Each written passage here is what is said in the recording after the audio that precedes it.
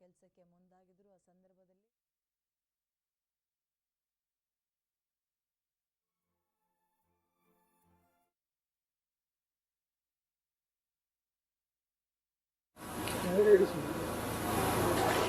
ಇದನ್ನ ತೀವ್ರವಾಗಿ ಖಂಡಿಸ್ತೇನೆ.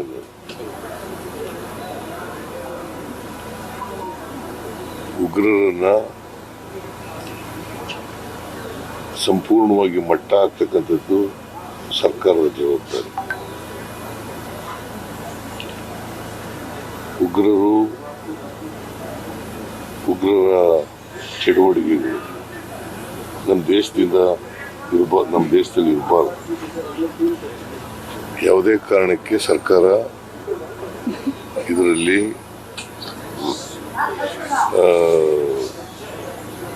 ರಿಯಾಯಿತಿಯನ್ನು ತೋರಿಸ್ತಕ್ಕಂಥ ಕೆಲಸವನ್ನು ಮಾಡಬಾರ್ದು. ಕೇಂದ್ರ ಸರ್ಕಾರದ ಜೊತೆ ನಾವೆಲ್ಲ ಇದ್ದೀವಿ. ಕೇಂದ್ರ ಸರ್ಕಾರಕ್ಕೆ ನಾನು ಒತ್ತಾಯ ಏನ್ ಮಾಡ್ತೀನಿ ಅಂತಂದ್ರೆ, ಎಲ್ಲ ಉಗ್ರರನ್ನು ಕೂಡ ನಾಶಪಡಿಸ್ತಕ್ಕಂಥ ಕೆಲಸವನ್ನು ಮಾಡಬೇಕು. ನಮ್ಮ ಸಂಪೂರ್ಣ ಬೆಂಬಲ ಇದೆ.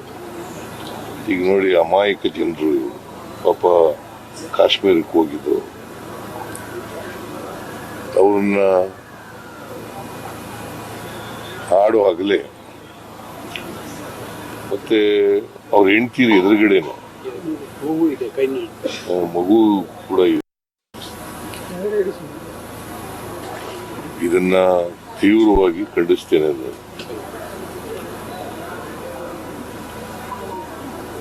ಉಗ್ರರನ್ನ ಸಂಪೂರ್ಣವಾಗಿ ಮಟ್ಟ ಹಾಕ್ತಕ್ಕಂಥದ್ದು ಸರ್ಕಾರದ ಜವಾಬ್ದಾರಿ. ಉಗ್ರರ ಚಟುವಟಿಕೆಗಳು ನಮ್ಮ ದೇಶದಲ್ಲಿ ಇರಬಾರ್ದು. ಯಾವುದೇ ಕಾರಣಕ್ಕೆ ಸರ್ಕಾರ ಇದರಲ್ಲಿ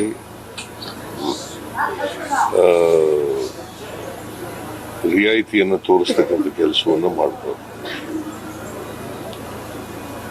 ಕೇಂದ್ರ ಸರ್ಕಾರದ ಜೊತೆ ನಾವೆಲ್ಲ ಇದ್ದೀವಿ. ಕೇಂದ್ರ ಸರ್ಕಾರಕ್ಕೆ ನಾನು ಒತ್ತಾಯ ಏನ್ ಮಾಡ್ತೀನಿ ಅಂತಂದ್ರೆ, ಎಲ್ಲ ಉಗ್ರರನ್ನು ಕೂಡ ನಾಶಪಡಿಸ್ತಕ್ಕಂಥ ಕೆಲಸವನ್ನು ಮಾಡಬೇಕು. ನಮ್ಮ ಸಂಪೂರ್ಣ ಬೆಂಬಲ ಇದೆ. ಈಗ ನೋಡಿ, ಅಮಾಯಕ ಜನರು ಪಾಪ ಕಾಶ್ಮೀರಕ್ಕೆ ಹೋಗಿದ್ದು, ಅವ್ರನ್ನ ಹಾಡು ಹಗಲೇ ಮತ್ತೆ ಅವ್ರ ಹೆಂಡತಿರ ಎದುರುಗಡೆನು ಮಗು ಕೂಡ ಇದೆ. ಇದನ್ನ ತೀವ್ರವಾಗಿ ಖಂಡಿಸ್ತೇನೆ.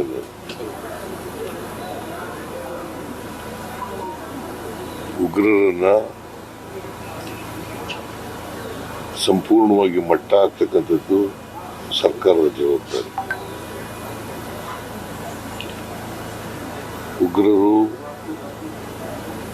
ಉಗ್ರರ ಚಟುವಟಿಕೆಗಳು ನಮ್ಮ ದೇಶದಲ್ಲಿ ಇರಬಾರ್ದು. ಯಾವುದೇ ಕಾರಣಕ್ಕೆ ಸರ್ಕಾರ ಇದರಲ್ಲಿ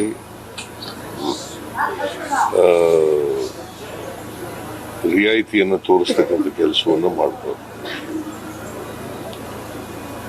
ಕೇಂದ್ರ ಸರ್ಕಾರದ ಜೊತೆ ನಾವೆಲ್ಲ ಇದ್ದೀವಿ.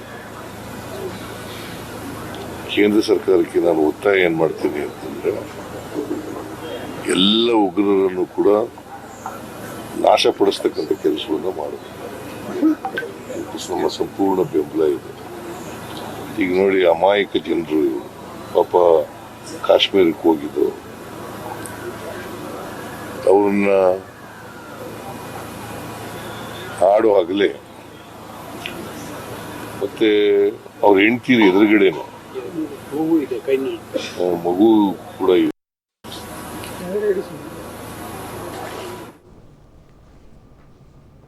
ಇದನ್ನ ತೀವ್ರವಾಗಿ ಖಂಡಿಸ್ತೀವಿ ಮತ್ತು ಕೇಂದ್ರ ಸರ್ಕಾರದ ಜೊತೆಗೆ ಈ ಸಂದರ್ಭದಲ್ಲಿ ನಾವೆಲ್ಲರೂ ಒಟ್ಟಾಗಿ ನಿಂತ್ಕೊಳ್ಬೇಕು, ಪ್ರತಿಕಾರವನ್ನು ತೀರಿಸ್ಕೊಳ್ಬೇಕು. ಅದಾಗತ್ತೆ. ಮತ್ತು ಸಾಂತ್ವನವನ್ನು ಹೇಳಿದ್ದೀನಿ ನಾನು ಈ ಭರತ್ ಕುಟುಂಬಕ್ಕೆ ಅಂತ ಹೇಳೋದ್ರ ಮುಖಾಂತರ